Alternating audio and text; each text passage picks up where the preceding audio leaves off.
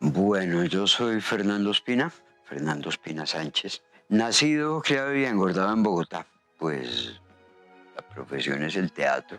Y salvo 2 años que estuve trabajando en la ciudad de Neiva, todo el resto la he vivido acá en esta ciudad. De la ciudad les puedo contar, digamos, la transformación desde cuando era una ciudad que evidentemente, como decía García Márquez, era un poco gris, con una llovizna muy suave, un clima que realmente podía uno amar. No esta cosa asfixiante que tenemos ahorita, que parece que estuviéramos en Melgar todos los días. Y pues sí, aquí he vivido, he trabajado, he estudiado todo el tiempo.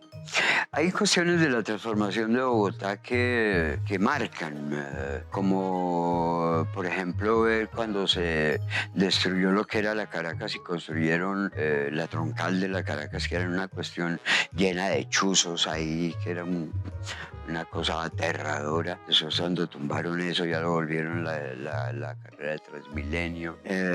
Además del clima, digamos, hasta cuando estuvo de alcalde Mocus había una vida nocturna más o menos permanente en la que nosotros, por ejemplo, trabajábamos con un grupo musical y podíamos estar saliendo a las 3 de la mañana de un sitio y había transporte público y llegábamos a la casa.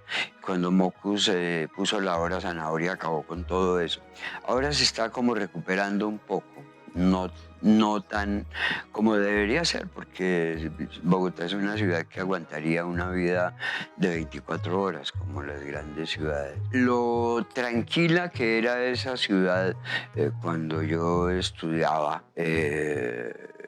por allá en la primaria y todo eso, a lo acelerada, atosigante que es ahora la ciudad, llena de trancones por todos lados, muchas veces insufrible, pero que siempre ha tenido muchas ventajas. Les decía que había vivido en Neiva y en Neiva era una cuestión que no había una vida cultural suficiente a la que uno estaba acostumbrado.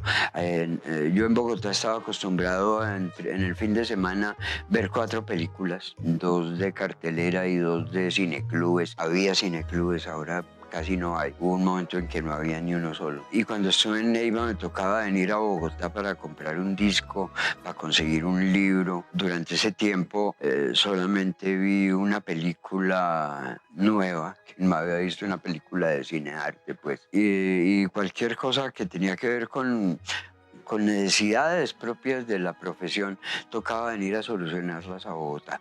La época en que estudiábamos y estábamos haciendo teatro es una cuestión que hacíamos permanentemente, estudiar y hacer teatro, pertenecer a grupos. En la escuela, digamos, cuando se trasteó, estaban funcionando 6 grupos, que gracias a la anuencia de Santiago García podíamos ensayar ahí en los tiempos en que no había clases y se compaginaba muy bien esa cuestión, pero había muy pocas salas. Se conocía uno mucho más con toda la gente que estaba haciendo teatro, los que estaban estudiando y demás, mientras que ahora hay muchísimas más salas, no sé, puede haber 50, 60, no sé, pero salas que son salas muy pequeñas o que no tienen una programación constante, también con la vida cultural, con la vida de las obras, la concepción de grupo ha cambiado muchísimo y ahora casi no hay grupos.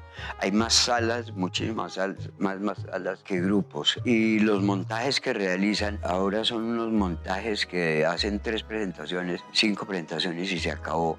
Mientras que nosotros, por ejemplo, siendo grupo y siendo sala también, hablo de nosotros, el Quimera, hubo obras que tuvimos en repertorio 6 meses seguidos, tranquilamente y con público permanente. Ha habido muchos problemas, digamos, a nivel cultural, desde la prohibición de los colegios de exigirle a los estudiantes que vayan, se volvió una imposibilidad. Y antes sí se podía hacer, iban. Y por políticas también del Estado, hubo una especie de, no lo llamemos guerra, pero casi, contra los grupos, de tal manera que empezaron a financiar montajes muy bien pagos y escogían actores de este grupo, del otro, y así fueron minando muchos elencos de grupos estables. Actualmente, como decía, hay más salas que grupos y los grupos montan obras muy accidentalmente.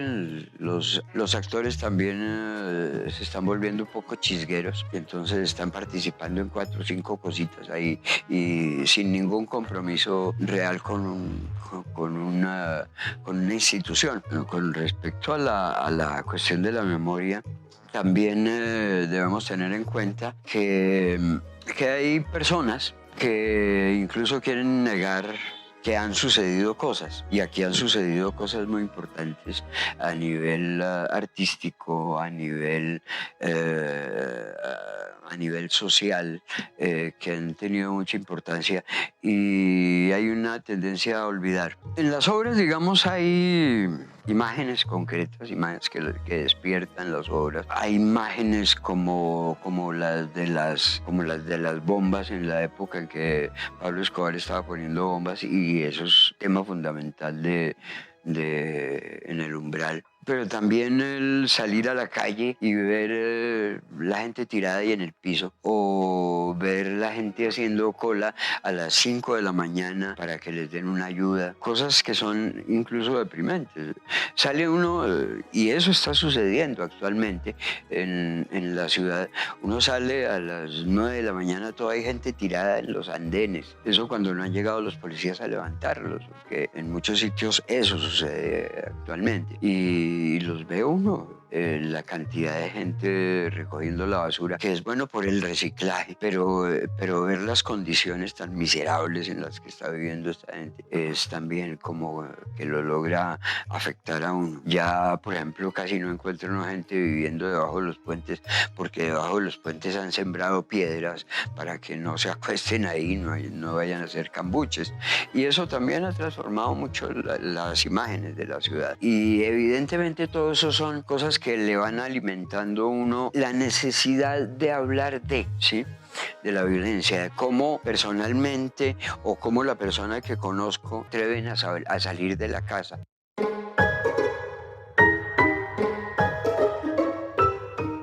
Errantes también nace un poco de una imagen, y es la imagen recurrente que veía yo frente a un banco en la carrera 13 con calle 63, Banco Agrario creo que es, en el cual veía yo unas filas muy largas, pero de gente mayor, gente con niños. Ahí, ¿y esto qué está pasando?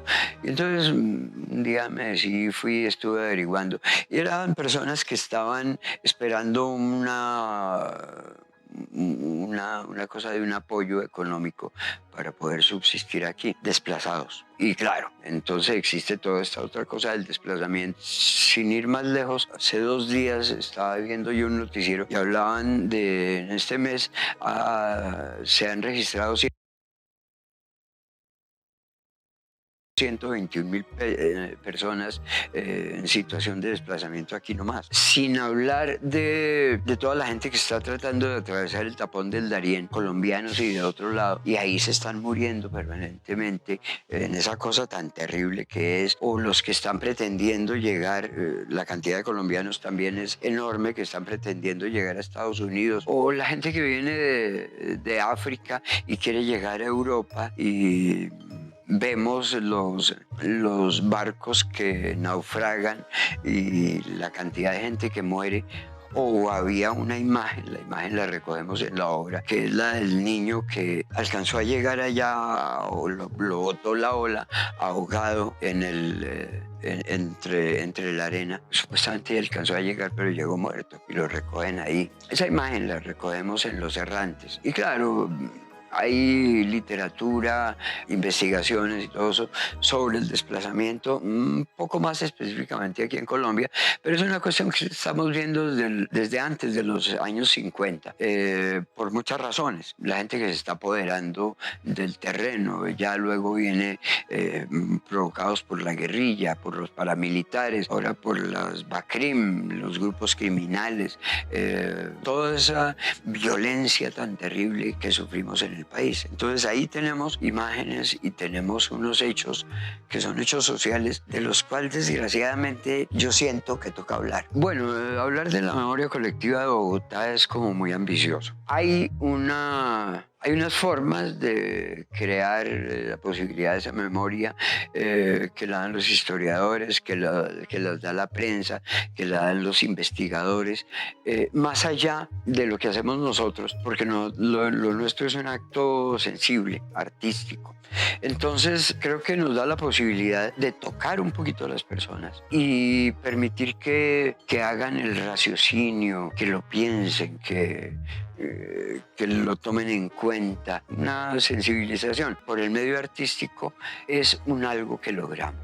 No tenemos la posibilidad de la película que la ven 100 veces más personas o 1000 veces más personas, ni la del noticiero que la ven hijo de 1000 personas más. Pero sí tenemos un contacto mucho más directo, mucho más sensible, vuelvo y repito, por medio de las herramientas que nos da el arte. Pues sí, lo primero es hablar uno de la ciudad en la que vive, es permitirse sentirla, es reflexionar sobre lo que pasa en ella, es indagar sobre las verdades o no de lo que dice la gente, de lo que pasa y cómo le afecta a uno como artista y cómo afecta a las personas lo que sucede acá. Ya decía yo, por ejemplo, esa cuestión de el miedo a salir a la calle que ha sucedido, el miedo a que me atraquen, porque es que hay gente de otros lados y es gente que anda miserable y aunque sea por la necesidad se van a poner a atracar o no sé. Hay casos, pero hay una paranoia y la ciudad se ve afectada por eso. La gente cada vez anda más miedosa, más temerosa. Por eso, porque hay mucho peligro, mucho riesgo. Y es importante, digamos, focalizarlo.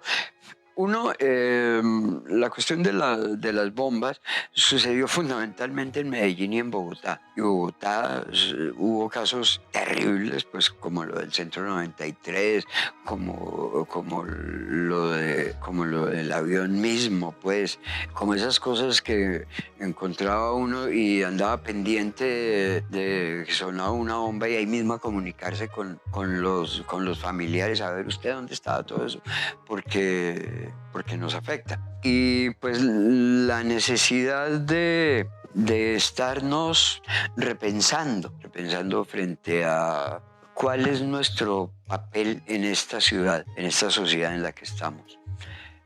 ¿Yo qué hago aquí? ¿Me importa un carajo lo que está pasando ahí? ¿O me afecta? ¿O solo me preocupo si me afecta directamente?